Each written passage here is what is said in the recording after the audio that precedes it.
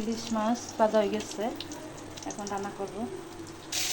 পেঁয়াজ টমেটো দিয়ে দিলাম। ইলিশ মাছেতে রসুন দেয় না, আদা দেয় না, সেগুলো না দিলে বেশি মজা হয় মাছটা। আদা রসুন আমার পছন্দ নয় ইলিশ মাছে, তাই ইলিশ মাছে আদা রসুন দিলাম না। দিয়ে দিলাম সব মশলা গুঁড়ি, মরিচ হলুদ মশলা। এখন মাছটা দিয়ে দেবো কাঁচামরিচটা, পরিমাণ মতো পানি দিব, পরে পানিটা শুকিয়ে ফেলবো। তেজপাতা দিয়ে দিলাম, এখন পেঁয়াজ বাটা রসুন বাটা দিয়ে দেবো। মশলাটা কষানো হয়ে গেছে, মাংসটা দিয়ে দিব।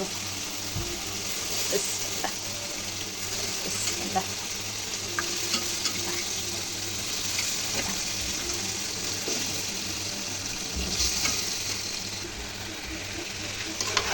কষানো হয়ে গেলে গরম পানি দিয়ে দিব। মাংসটা কষানো হয়ে গেছে, চাল কুমড়াটা দিয়ে দিব। কষানো হয়ে গেছে, গরম পানি দিয়ে দিব। পাশে গরম পানি দিয়ে দেখলাম, এখন দিয়ে দিব।